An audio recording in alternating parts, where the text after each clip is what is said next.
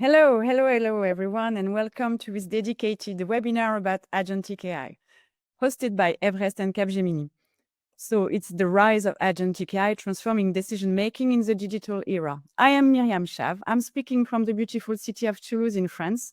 I lead data and AI marketing globally at Capgemini, and I have the pleasure to be the host for the conversation today. Let me introduce and welcome our guest speakers.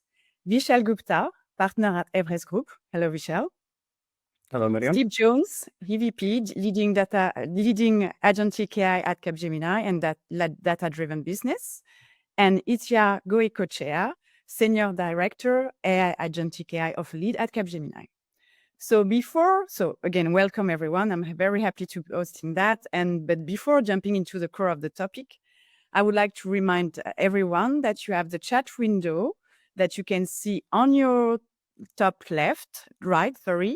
Q&A, then you can ask your question there and comments as well. Fully welcome, and we will pick up that at the end of the session in allocated time. And also, if not already, you may have met that at the beginning when you entered the event. You can also access some additional resources in the reception page. You will have here some pieces of research and POVs from Everest and Capgemini to really further discover on the topic.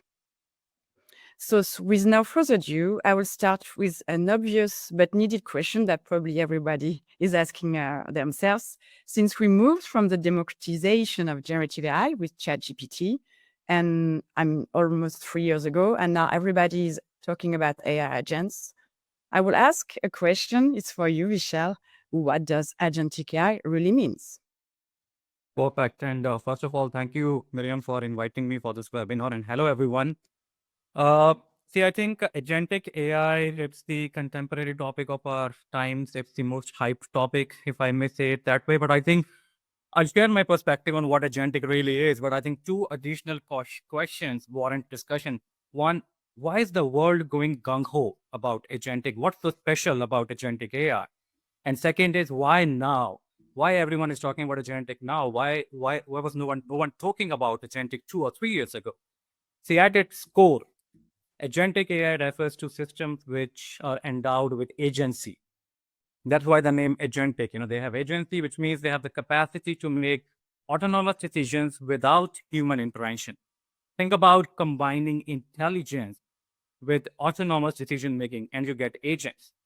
And see, if you really look at some bit of perspective, since the start of the industrial age, humankind had always tried for automating menial tasks so that, humanity or the human workforce can focus on more value accretive, higher order work. If you really look at agentic today, and if you compare it with, the rule-based bots, which were there prior to the agentic AI era, those traditional automation was still a highly efficient mode of automation for predefined workflows. It performed repetitive work and and structured tasks with very high efficiency. It eliminated human error by automating workflows, and it also excelled at executing specific task-oriented workflows. What sets agentic AI, different from those traditional bots or chatbots, whatever you want to call it? Three things. One, autonomy. Agents can perform tasks on their own without human oversight or direction. Second, adaptability. They can learn from their interactions. Think of, rule-based bots, if else. You give them certain instructions, you ask them certain things, and they will respond in a certain way. But agentic, it can adapt. It can learn from its interactions. It can receive feedback. It can change decisions based on whatever it has learned. And the third important thing is goal orientation, which means rather than just executing tasks, hey, I need to complete a particular task, it works in a goal orientation, which means it takes ownership of the end-to-end complex workflow. Let me give you a very simple example to illustrate my point. Think about customer service bots, chatbots in an e-commerce industry. And let's take an example. A customer comes and says, hey, I need to refund my product. Now, a traditional chatbot would have said, hey, this is the return policy or refund policy. Go refer it. And if your product is eligible for refund, go place a refund. If the customer says, no, I have read the policy, but I still want to refund, it's out of my refund policy, help me. The traditional chatbot would have immediately transferred the conversation to a human customer service agent. But in the world of agentic AI, the agentic AI will not only process what the customer is saying, it will say, hey, look, the policy is you can only return the product in 10 days. This is beyond 10 days. The customer still says, no, my product is defective. I know it's beyond 10 days, but I still want to return. The agentic AI solution will learn from that, understand, what the customer is saying. It will also perform its own analysis on the history of customer, the buying pattern and other things, and make a call if this is, or make a decision if this is a genuine concern or not, and can then ask additional information to the customer. Can you share some photographs? Can you share additional information on why it is defective? And finally, after sharing all the information, if the agentic AI solution believes it's the right thing, it can even go and process that refund. So it can take that decision as well. So you see the difference between a traditional bot or a chatbot, between an agent. And that also brings me to my point around, what is so special, why the world is going gung-ho about agentic. Because think of this example, it's just a basic example. There are many complicated examples as well. But agentic AI shifts the whole narrative, the whole conversation from software as a tool to AI as a digital labor, capable of performing autonomous, iterative tasks that were once the sole domain of humans. Tomorrow, enterprise are not going to say, I employ 1,000 people. They're going to say, I employ 1,000 people and I employ 1,000 agents. That's the kind of conversation we are really talking about. It's a significant leap in how, we are looking at agents and traditional chatbots. And the last thing, why we are talking about it today, why were we not talking about it 2 or 3 years ago? And the simple answer is Gen AI, LLMs that have changed the game. There were chatbots before, there were conversational AI agents before, but LLMs, have changed the game. Think of LLMs as the brains behind agentic AI, given their broad-based nature and what they have been trained on, which is huge, humongous, large data sets. They can interpret and reason with what has been prompted to them in natural language. So that has changed the game, and that is the reason why everyone is talking about agentic today. Thank you very much, Vishal. So autonomy, adaptability, the very strong ability to take decision, goal orientation, but you also mentioned really at the end of your explanation, the difference between agentic AI and generative AI, especially pointing out on LLMs. What would be your viewpoint, Itziar, on that one?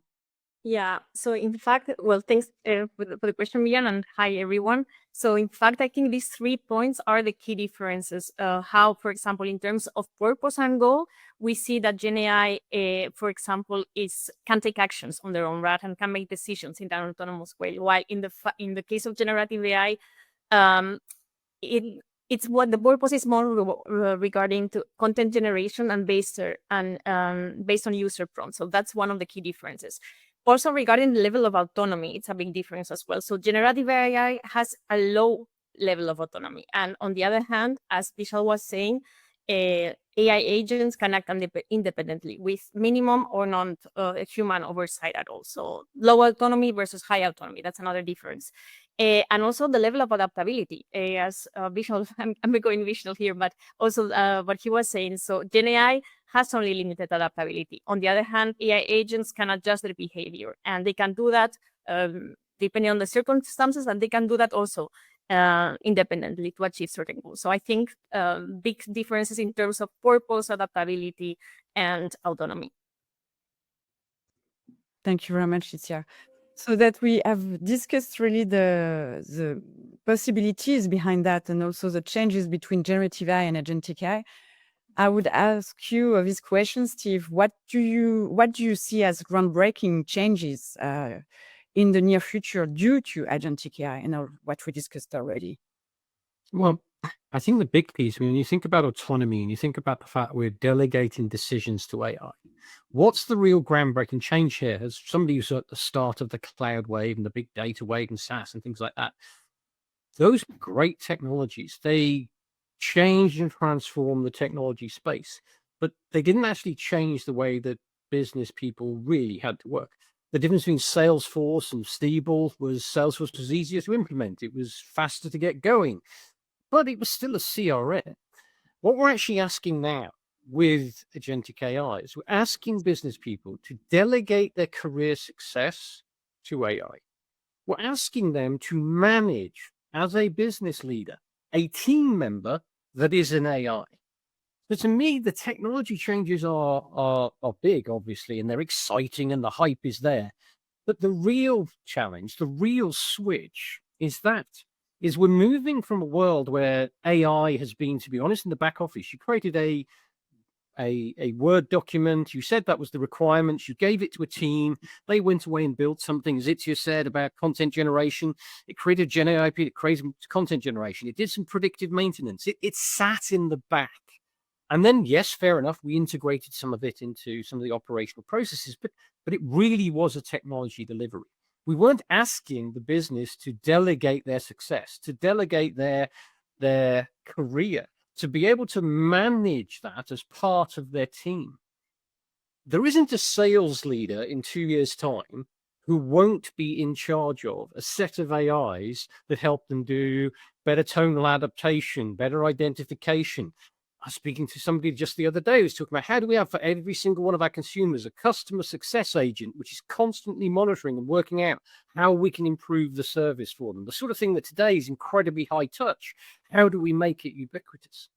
That's not just a little change. That's a fundamental change in where technology lives in a business. What I think the real groundbreaking change of agentic in this new generation of AI is the movement away from the idea of it sitting in IT. Because every single generation, we always say it's the end of programming, and agentic has had that as well. But what we end up with is more people are in IT. And I think the real groundbreaking change with agentic AI is this fact that if you're a sales leader, if you're an HR leader, if you're a manufacturing leader, if you're a supply chain leader, the time is coming very quickly when you will be thinking about the fact not just that you have a team that you're delegating to, but you have a team that is managing AIs. You will have members of your team who will be AI, and you will have members of your team who only manage AI as part of their team. That to me is the fundamental shift. The technology itself is great and exciting. But if we can't enable that shift, if we can't enable the business to be in control, if we can't enable the business to have confidence in that delegation, it will remain a back-end technology. It will remain in the dark room of IT where people like me live. It won't live within the business, and it won't actually be allowed to take autonomy for those tasks because there isn't a CMO in the world. There isn't a supply chain leader in the world. There isn't a COO in the world who will say, I'm okay to delegate my career success to the CIO, and I trust that they know how to do marketing. I trust that they know how to run a supply chain. No, that's the biggest groundbreaking shift with the autonomy we're talking about with AI. It's how do you move these AIs into a world where the business owns, manages them, and is confident that it can be a productive part of their team.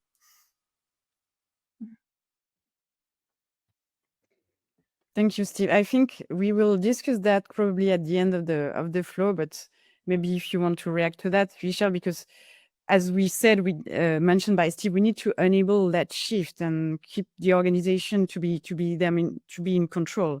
I was about to ask you about real world applications, but maybe you would like also to share a bit and react to what Steve just said. Absolutely. I think Steve beautifully put it, and I fully agree. See, unlike maybe some of the other technological advancements of the past decade or even prior to that, I fundamentally believe that AI, the reason why there is so much hype and interest and in AI, because AI can solve real business problems. It's not just about IT driving a new technology which can bring efficiencies in how the organizations operate. It's about AI, leading or being deployed for competitive advantage, for new product development, for revenue growth. It's something which is directly appealing to the business users, to how they want to operate their business. So fully agree with what Steve said. Thank you, Vishal. So as we discussed, this big shift, and it can be scary for some organization for sure, because it's a complete change. Maybe we could have a look at the real world applications to see that it's really tangible and what Agentic AI can bring also to organization. Would you be able, Vishal, to share some examples with us? Yeah, absolutely. And see, even before that, I want to say two things. One, given the interest around agentic, there are experiments, pilots being happening in almost every area, all business functions, all major verticals and industries. Everyone is trying to understand where it can work, where it doesn't work. Second, we also need to understand while this new technology or paradigm holds immense potential, it's also still early days. The adoption, if I talk about adoption, the immediate adoption of low-hanging fruits clearly on the horizontal business functions. And this is also where, while there is a host of activity going on, we clearly see three areas which are relatively ahead, or I would call them low-hanging fruits from an adoption standpoint. First, customer support, customer experience management. I also gave the example of, the e-commerce customer service bot, right? Agentic AI in these situations can autonomously resolve customer queries, recommend personalized solutions, and even complete complex tasks like booking a refund or making a payment. This is where the autonomous decision part comes in. If I have to give another example here, think of a telecom organization having an AI agent which can detect customer complaints about the network issues, automatically troubleshoot, and even schedule a technician visit, all without human intervention. So customer support, customer experience management is a clear area, a lot of activity going on there. The second is agentic for software development or code generation. Again, the difference here, we were talking about code generation even in the Gen AI 2023 year. But the difference is we're not talking about agentic only for just generating snippets of code. It's about agentic AI helping generate code snippets, fix bugs, do the testing, create documentation, and even deploy updates autonomously with minimal human impact. So this is kind of the end-to-end part we're talking about, agentic for code generation or software development.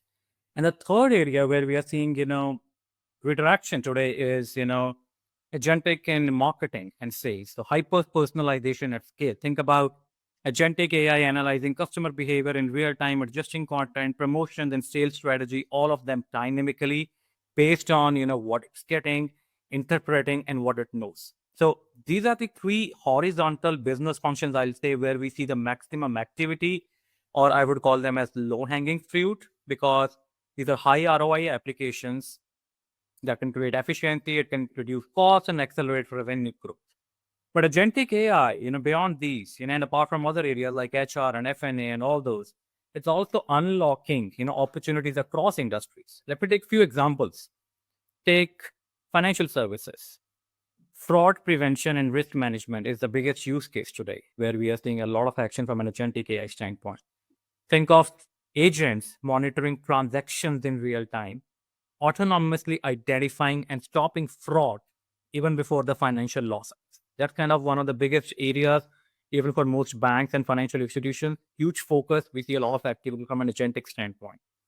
Take another industry, healthcare, medical diagnosis, a big area. Agentic AI in medical diagnosis, it can enhance accuracy and speed by autonomously analyzing medical images, patient data, real-time health matrices, and all that stuff that it can. It can predict disease progression. It can recommend personalized treatments. It can even automate, routine diagnostic tasks, which can lead to faster, more precise, and proactive healthcare decisions. So think of the impact it can create. And then there are other examples in other industries. Talk about retail. There is intelligent inventory and autonomous fraud detection. We talk about telecom. There's churn prediction, network optimization. So there's a whole host of use cases and areas where agentic is currently being experimented with. But as I said, just to summarize, the low-hanging fruits, customer support, sales, software code development, and sales and marketing are the three big areas. And all the vertical use cases that I talked about, each of these use cases demonstrate a shift from AI being just a support tool to AI becoming a strategic asset, driving revenue, cost optimization, customer experience, and all of that. Hope that helps, Miriam. Yes, thank you very much, Vishal. I think it's very interesting because we can see, as you mentioned, also the tangible benefits that can happen quickly and the business impact. So I would like to also discuss on the ecosystem, because to be able to derive these benefits, I suppose you need this organizational shift that Steve mentioned, and the fact that you should be able to have decision taken from the agent, but also you need probably to have a better sense of the ecosystem and its complexity. So I would like you to answer this question: what is your view on the ecosystem, the partner ecosystem and landscape? Yeah, thanks for the question, Miriam. So we definitely have a very vibrant and dynamic ecosystem. So we have startups, established tech companies, open source communities, industry adopters, all building or trying to build agentic solutions at different scales. So it's very dynamic, it's fairly complex, and each player also bringing different capabilities. So we think of startups, for example, we have seen an explosion of AI startups at different, at many verticals. They tend to be focused on things like, for example, enhancing productivity and automating workflows. And a couple of examples I can think of, for example, are Agentic AI and Cognition. We also see startups that are focusing on enterprise and autonomous decision making, and basically they are trying to build agents to operationalize workflows and manage enterprise knowledge. And for example, one good case of that, and I think one that has grown a lot recently, is Glean. Also coming back to the topic of developers and assisting developers in coding, etc., we see a lot of startups as well in the area of pair programming, as coding assistance.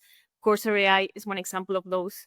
More topics, for example, can be in the area of the startups building low-code or no-code agents. Basically, startups that are building frameworks so that anybody can build an agent.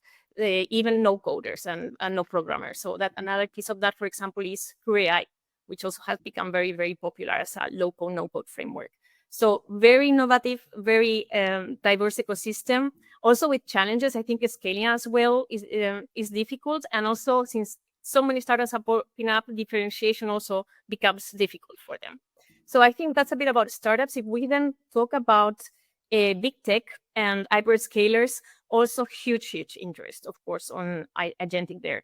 Big investments on AI agents. For example, Microsoft, with Microsoft Copilot now, has been evolving to Copilot agents.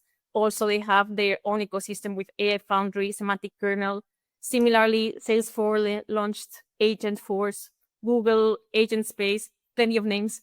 OpenAI, I don't know if we can call it big tech, but definitely a big name, a household name for everyone. Also launched last month Operator, which it's an agent as well. Even NVIDIA has developed NIMs, which are basically some accelerators for deploying LLM. So everybody in the tech environment is trying to build something there. And also, I think the solutions there, they tend, instead of focusing only on one vertical, are a bit more horizontal. Of course, because tech, as we all know, has the infrastructure to that can support that. They have computing power, they have storage, etc. And remember, about coming back to the point, AI agents, the core of the brain are LLM, which they require. They are very expensive and they require computational power, right? So also big tech there has an advantage there, and it's more difficult for smaller companies to scale. And I can also personally imagine that moving forward, some of those some smaller startups will be acquired by big tech. Then another big player as well is open source. So over the past few years, we have seen projects like Hugging Face growing. They also launched recently small agents to build framework of agents. Also LangChain, a very popular framework for agents that now everybody's using. And if you think of it, it's just 2 years old, but everybody's trying to build agents using these type of frameworks.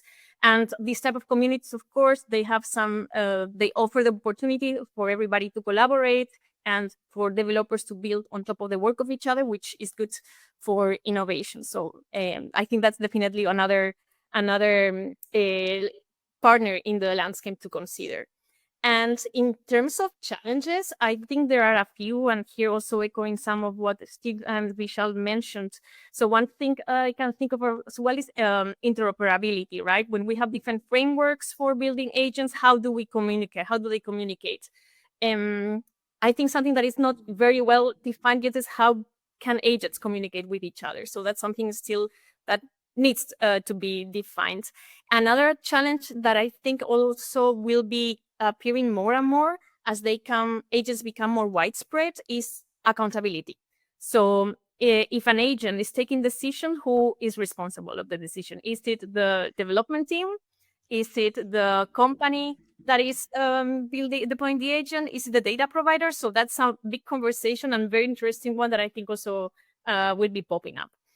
And more challenging, yeah, so regulations are so different. Regulations are not the same, right, in EU or in the US, are not the same as per sector. So regulations in finance are not the same as in healthcare. So regulation is also something to consider. And the big one, I think, Cody and Steve, is how do we introduce them into organizations? How are processes and workflows adapted? So also we need some cultural buy-in and trust from everyone and from what agents can bring to the table.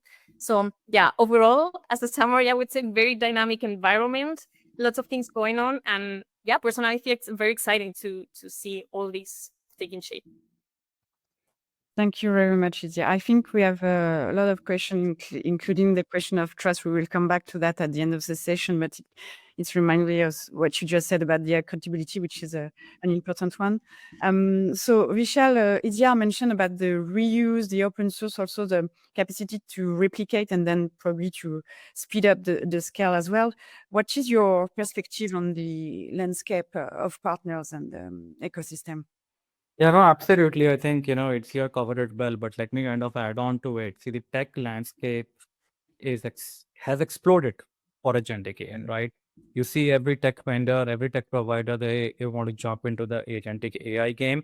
And because of that, the market dynamics is, it's bound to change. It's natural if so many players are going to play in the market. And some of them, if they are covered, but if you look at from my standpoint, there are four key category of players today, from a technology player standpoint. You have the hyperscalers, which we are talk about, the Microsoft, Googles, and Amazon of the world, amongst others. They have that, financial clout, and they have the customer base to drive some of that adoption, but they are also more broad-based in nature as to, what they're kind of developing. The second is, the enterprise platforms. These are the tech players that provide a centralized hub for a range of comprehensive software products and solutions such as CRM, ERP. Think about Salesforce, SAP, Oracle, ServiceNow. They are creating their own agents. Salesforce has a big push on, Agentforce. Similarly, ServiceNow. Again, within the contour of what they do as a tech organization. The third is pure play, which FZR also spoke about. These pure plays are, the AI startups or the native companies, AI native companies, who are offering specialized capabilities for use cases, which can be broad-based for agentic, but also very targeted ones. These players only operate with in the agentic AI space. So complete focus on agentic AI, and they continuously innovate in this category. So some of the names there are like Emma, Crew AI, Neo.ai. Some of these guys are doing good work amongst others. And then the fourth category is, intelligent automation players. So the UI boss, automation anywhere, Code.ai of the world. They come from the world of business process automation, having RPA, IDP, these kind of technology. But they are increasingly evolving and launching their own agentic platforms and capabilities, while others are on course to do the same. So this is, and then there are other long tail of technology players who are trying to build or are offering agentic solutions in the marketplace.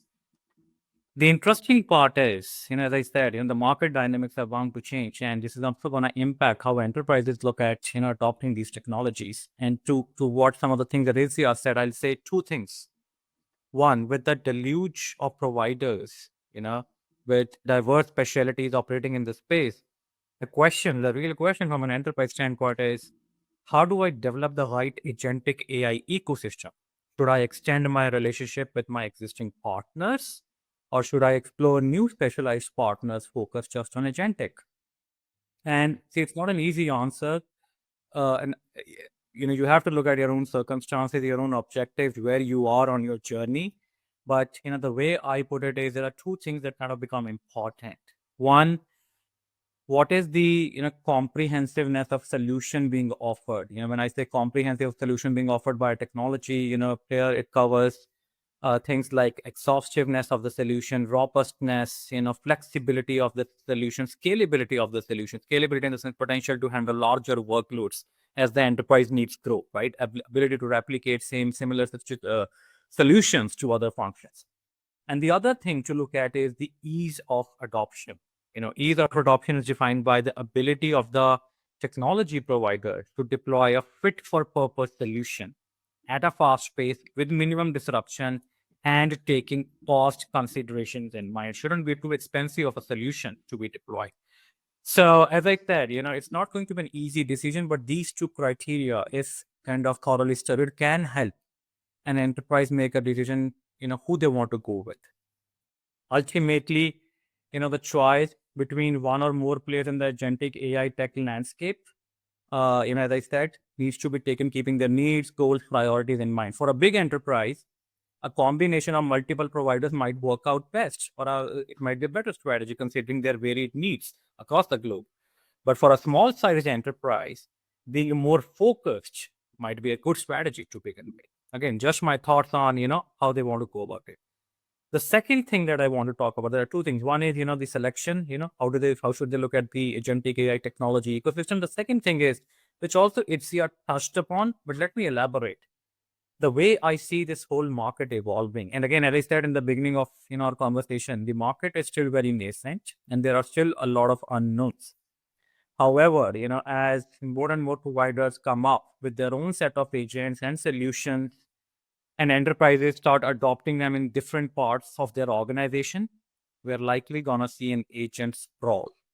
You will have a lot of agents in a large organization, even in a 6 to 12 months time frame, maybe even more, 12 to 24 months time frame, you might have even hundreds of thousands of agents in a large global organization, which are being deployed in different parts of the organization for sales, for marketing, for IT, and for other. In that scenario, when you have such an agent sprawl, the multi-agent orchestration, integration, and governance will become extremely critical for an organization to maintain and manage that network, that web of agents. This is something, again, this is a little out in the future, but something that one needs to keep in mind, because this will also feed into your decision making on whether you want to go ahead with a small set of technology vendors for all your agentic needs, or you want to kind of diversify your base and go with specialized and niche vendors for specific use cases. Hope that helps. Thank you very much, Vishal. I think we already touched upon some key consideration for organization, because we discussed the ease of adoption for technological choice. You mentioned orchestration and integration, but I saw also in the chat many questions around jobs or trust. So I would like to ask you this question, Steve, how to get there concretely, and what are the key considerations for a successful agentic AI deployment for organization? Because you mentioned also at the very beginning of the discussion, the big shift we expect with agentic AI.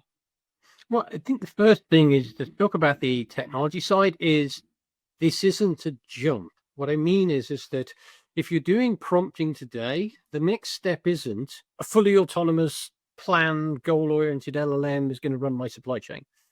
There's a lot of steps. I mean, one of the things we've sort of discussed and sort of working around is, if you're building just a straight prompting solution today, to be honest, there's no reason why you shouldn't be using LangGraph or one of the agentic frameworks.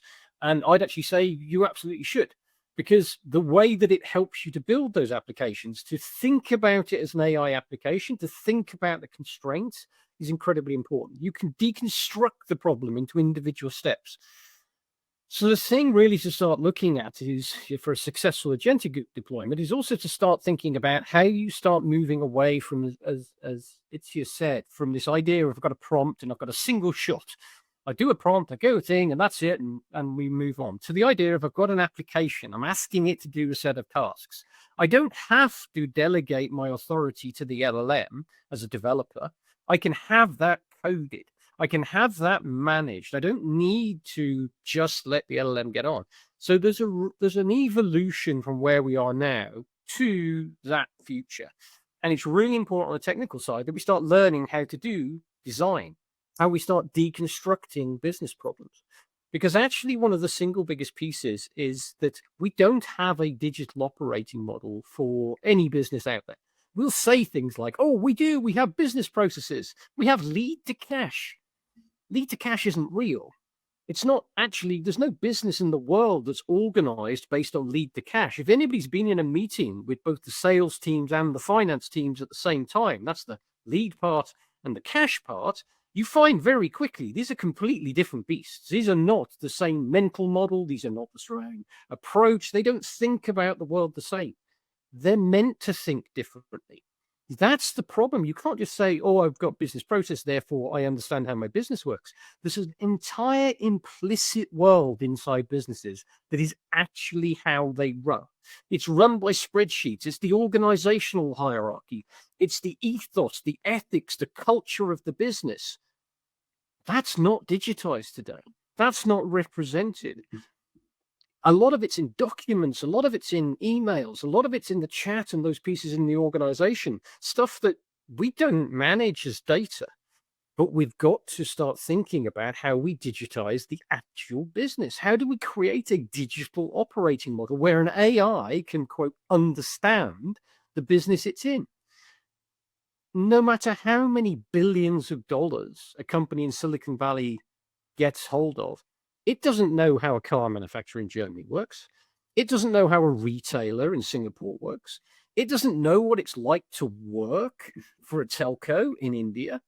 It doesn't know what it's like to be in an oil company in Nigeria. It doesn't have that information. It can be as good as it can be in the general internet. It can be the best Reddit poster in the world, but that doesn't mean it understands your business. So that idea of how do you digitize the business? How do you understand it? As technologists, if we're working on that side, we've got to start using technology and starting designing things so they can be built that then can be trusted to have autonomy. We've got to start thinking about how we define those boundaries and those contracts around it.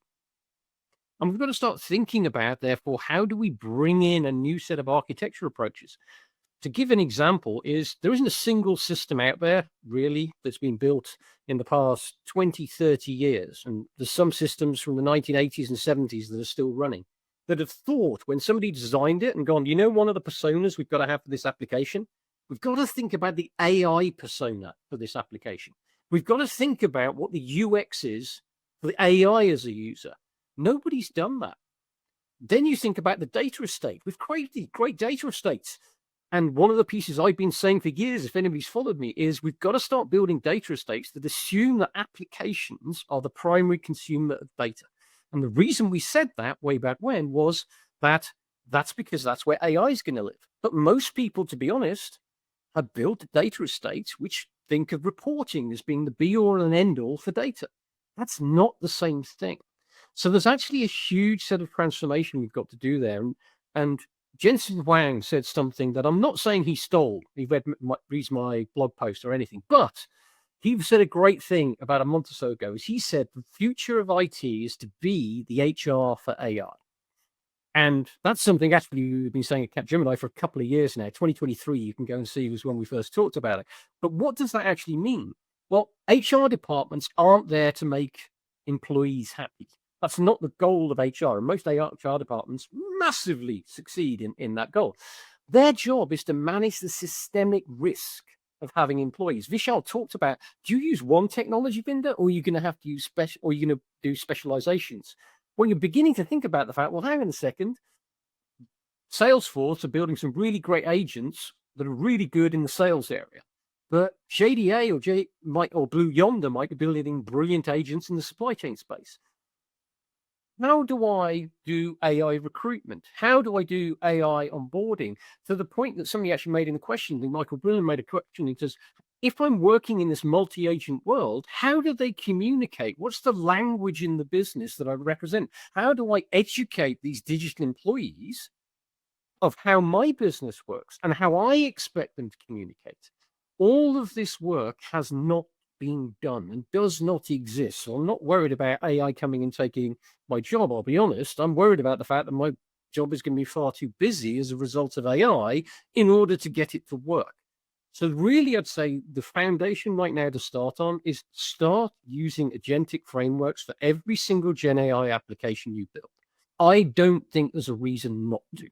It's a better way to build a generative application, and that gives you an experience of what it means to build a workflow, build a graph, build a boundary, deconstruct a problem.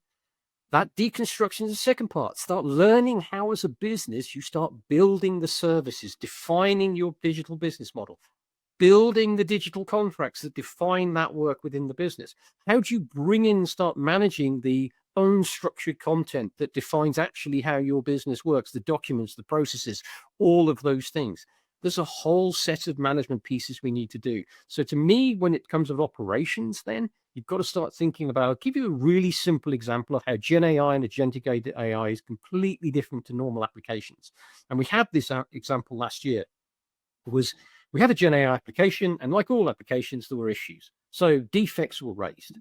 Well, the problem with Agentic AI and Gen AI is that those issues, if somebody raises a ticket and said, it did this wrong, then the first thing somebody tries to do is, can I recreate the issue? And the answer was no. And what happens when you can't recreate an issue? You close the defect with unable to replicate. So the way we operate, that HR for AI, needs to remember the fact that an AI now doesn't do it the same the next time. It doesn't repeat the task in the same way. My agentic AI, I need to log, I need to record, I need to take those evaluation metrics. I need to understand what went into the context. I need to be able to store that context when there's an issue, store the state of the agent when there's an issue. So when somebody actually goes to try and fix it, they don't look at a new set of processes and flows. They go back to the point in time and say, right, I need to rehydrate that agent for that state in the business at that point in time. That's a fundamental shift in how we think about data in an organization, because it says a very, very little thing that's actually really huge, which is I need to be able to rehydrate the operational state of my business at a given point in time, understand why the AI went wrong. That isn't something that people have today. So the real thing, which might sound a bit scary, but the easy one is start today with the agentic frameworks. Start today with decomposing your business problems in a way that makes sense to the business.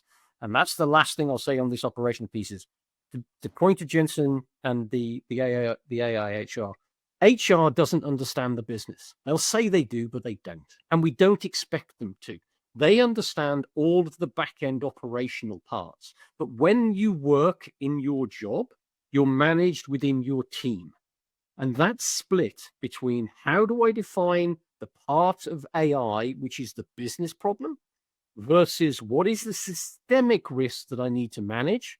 Everything you build today with Gen AI and with agentic frameworks, you should be starting to think about the separation between which parts are systemic that every agent is going to do and which parts are solution oriented that the business needs to be able to understand. That's the biggest shift we've got right now, is this idea that it's going to live in the business, but it will have systemic risk. Steve, you are getting at least one email from your HR today for sure. Oh, that's a normal day. They've got their own queue. Yes. Thank you, Vishal. And thank you, Steve, as well. So yes, it can be and look very ambitious, right, for some people in organization about what you mentioned, digitize the business. And you mentioned about AI persona, UX for AI recruitment. So it's can be completely envisioned as new. But you give a few keys already, like this contract and agentic frameworks. But I would like to have your views, Vishal, on that. What would be your perspective on that? And as a conclusion, then we will jump into the Q&A, because we have a lot of questions from the audience there that we need to address.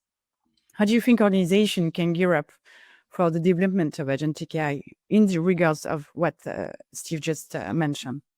Yeah, no, I think the way I may want to put it is, the real challenge around agentic may not actually be deploying agentic AI. It might be around organizational adoption, making the organizations ready for adoption. So there are, for example, like put it clearly, there are 4 things I want to talk about. One, identify the right areas you want to start your journey with. See, this is a new technology. As I said, there are still a lot of unknowns. You don't want to take a big bang approach and say, hey, I want to deploy agentic in all different departments, or, visuals within my organization.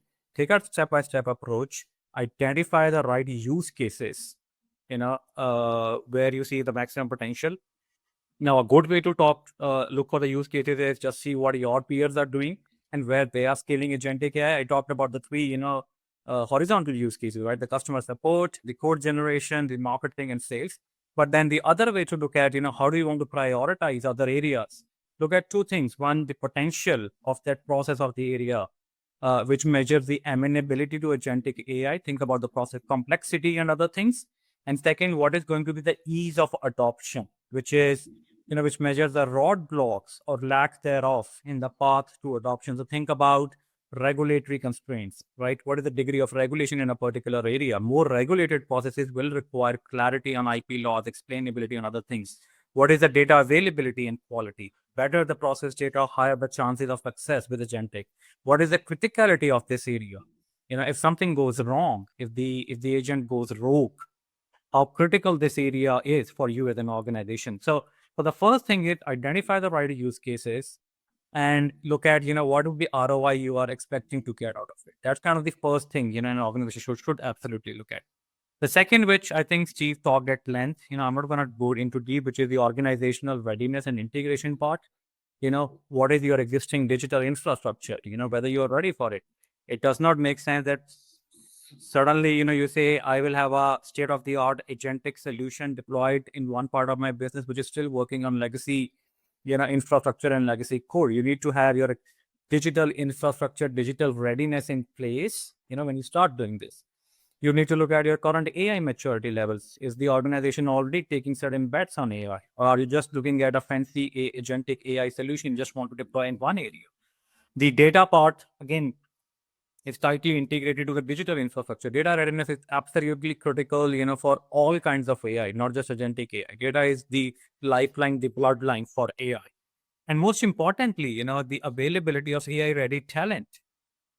We believe, for all organizations, you will have your partners, technology partners, that will provide you the solution and the tech for it, but you cannot rely completely on those technology partners to also, do the entire thing for you. You need to have your internal talent to some extent, even the business users trained in basic AI technology. So the AI ready talent kind of becomes important. So this is the organizational readiness part of it, which I said again might be the key to it. The third thing, which is also an interesting debate in the market today, by the way, with all the agentic stuff, is what's going to happen to traditional automation? What's going to happen to RPA? What's going to happen to chatbot? Will it die? Will we all look at just agentic or agents for everything? And the way I would want to put it is don't make agentic or agents as this shiny, all-powerful hammer and become a Thor and say, I will address every problem, every use case with an agent or an agentic AI solution. It doesn't work that way. The simple reason is, as I said in the beginning, agent means autonomy, right? And when there is autonomy, there is unpredictability. There will be unpredictability with how agents work. And in your business, there will be certain parts of the business, certain areas which need deterministic outputs. You do not want unpredictability, in every part. So think about regulatory reporting. There are certain areas where you need to report certain, financial data or other things to regulatory authorities. You will want deterministic output there. So the way we see this evolving will be a kind of a mixture of traditional bots, chatbots, RPA solutions, clubbed with agentic AI in places where it makes sense. So take that approach. Don't go with that shiny hammer and start implementing agentic AI left, right, and center. Take a educated decision on where it makes sense and where it doesn't make sense. And the last thing is, I will kind of expand on what I said earlier. The agent sprawl, as this ecosystem becomes more and more complex, the easiest way to visualize is, there will be a network of agents within an organization, each talking to, other agents trying to gather information, data, so that it cannot make decisions on its own and kind of execute on those decisions. Now, there can be multiple things that can go wrong in such a scenario. What if one agent goes rogue? One agent goes rogue, it can kind of contaminate the entire network and start having an impact on all different divisions. That can be a massive, massive network outage. How do you ensure that doesn't happen? Do you need to put the right governance mechanisms in place? Second, as this whole agent sprawl becomes big, you also need to maintain your own cost. You don't want to kind of make it an overly expensive affair. Third, regulatory compliance, especially in EU, the EU AI Act, common law, you need to report, the risk rating of your system, which has AI inbuilt into it. Now with Agentic AI, naturally, they will all be part of it. How do you monitor those on an ongoing basis, on a continuous basis, and report the required requirements to the regulatory authorities?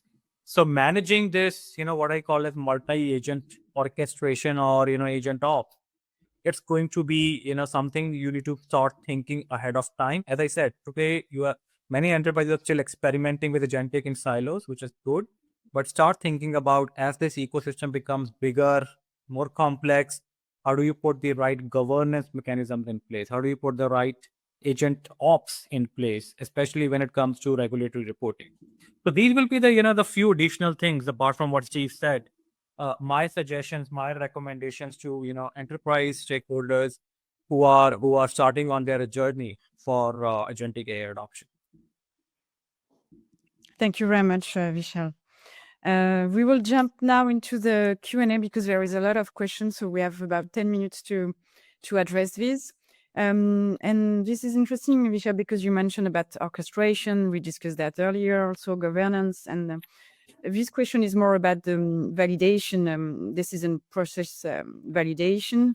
And it's how you validate the decisions, if they are right or wrong, while using Agentic AI.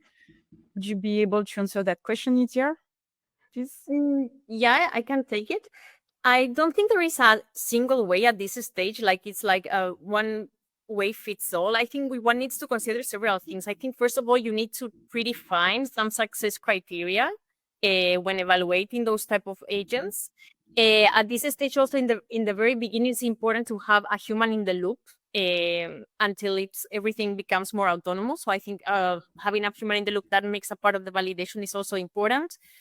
Critical is monitoring and governance in place. So having monitoring in place, having guardrails in place, so that if the agentic solution for whatever goes off rails, that you get some alerts or notifications. Very important field, I think, in the whole area of AI is explainability and of AI models. So I think that's super important. That's a whole field of research, trying to explain how the LLM models work and trying to understand why they make decisions, and having this type of explainability criteria incorporated into the models, or to understand why the decisions that have been made, it's very, very important. And also having feedback loops, I would say. So once the agent making something and you need to correct it, to have this feedback loop incorporated back into the agent so that it learns by doing. So summary, there is no one thing that you can do. There are many, and I would say a combination of all of them that needs to be done for deploying those type of solutions. Thank you very much, Itziar. Question for you, Steve, regarding the question of defining a digital business model. Would you see domain-driven design a help? Yes, is I think not just domain-driven design, but value network-based domain-driven design. So the idea is really, you've got to think about is that businesses are domain-driven. Businesses are structured. There are sales teams, there are finance teams, there are regions. Those are business domains. That's actually how businesses work. And then it's the collaboration internally and externally that you need to map out. So yes, domain-driven thinking, the idea of actually how you represent an organization is going to be domain-based, and thinking about the value network, which is the associations between areas rather than the steps in a process. Why do these things communicate? What is the degree of success? How do the different sides of that interaction judge success? So yes, definitely domain driven, but also thinking about it as a value network, not as a value chain. Thank you very much, Steve. A question for you, Vishal. How do you think this impacts the outsourcing strategy of the large techs like Microsoft, Google, AWS? Do you think they would need the outsourcing partners to scale the agents? What is your perspective on this? Yeah, I think it's kind of a natural thing, right? Everyone is, if you look at the entire tech ecosystem, everyone is working on their own agents in specific areas. These can be broad agents, these can be orchestrator agents, or you look at pure play specialist providers. They are building niche agents in very specific areas. Now, ultimately, and this links to my point around the agent sprawl and multi-agent in a large organization, and think of a scenario 6 or 12 months down the line when there are hundreds of such agents from different technology vendors. You absolutely need your partners, your service provider partners, to manage that. No one technology vendor will have expertise. That's where your service partners come in, who will help you with the orchestration, with the governance, with the management of that, the multi-agent part of the picture. Thank you, Vishal. We have a lot of questions I'm trying to address. An earlier question, I think, in regards to the flow of the conversation, Agentic AI will lead to more projects, applications, which are more and more workflow-centric and integrated with real-time analytics, and really need to be flexible and dynamic to accommodate business process changes quickly. What is your point of view on this? Who wants to take that one? I'll take it as a piece. Is the first thing I'd say about, like I said, about business process and about domain driven pieces is, yes, you need to be able to handle the fact that interactions between areas will change, not steps. What I mean is that a business area needs to change, but its interaction with somebody else doesn't necessarily, that's much, much harder to change. So the thing really to think about with agents isn't, oh, I've got this great big process and I've got 9 million little things. Think about the fact that within this area, within the sales team, how does sales speak to the inventory management, the ordering part of the business? What's the contract that they need to hold? What holds the sales team accountable to that area of the business? But real time, I come from a background of I would say real time, where, so I use the phrase operational speed rather than real time. Yes, data needs to be at work at decision speed, at operational speed. You need to think about how do you provision a decision context for an AI that represents the business accurately at that point in time. So yeah, the real-time analytics or decision speed analytics has to be part of it. But the real thing I'd say on business process and flexibility is it needs to evolve the way the business domain evolves, not the way a process diagram thinks the business works. So the really important thing is you need to model this in a way that looks like the business, acts like the business, and is able to change in the way the business changes, not in the way that a software company might think the business changes. Thank you, Steve. A question more on the market, Vishal. What is the current market potential for agentic AI? If you have some inputs on that. Yeah, see the way I put it, if immense, but also I'll add the caveat that we are in early stages of agentic AI. I've been saying this throughout our webinar. These are early days. Enterprises are still experimenting, finding where it fits, but the potential is immense. Because think about it, as I said, it's not just about automating tasks; it's about creating digital labor, which kind of sits side by side with your human labor. So it's huge, huge, huge, immense potential. The ecosystem, when I say ecosystem, the enterprises, the technology vendors, the service providers, everyone needs to come together and solve for it.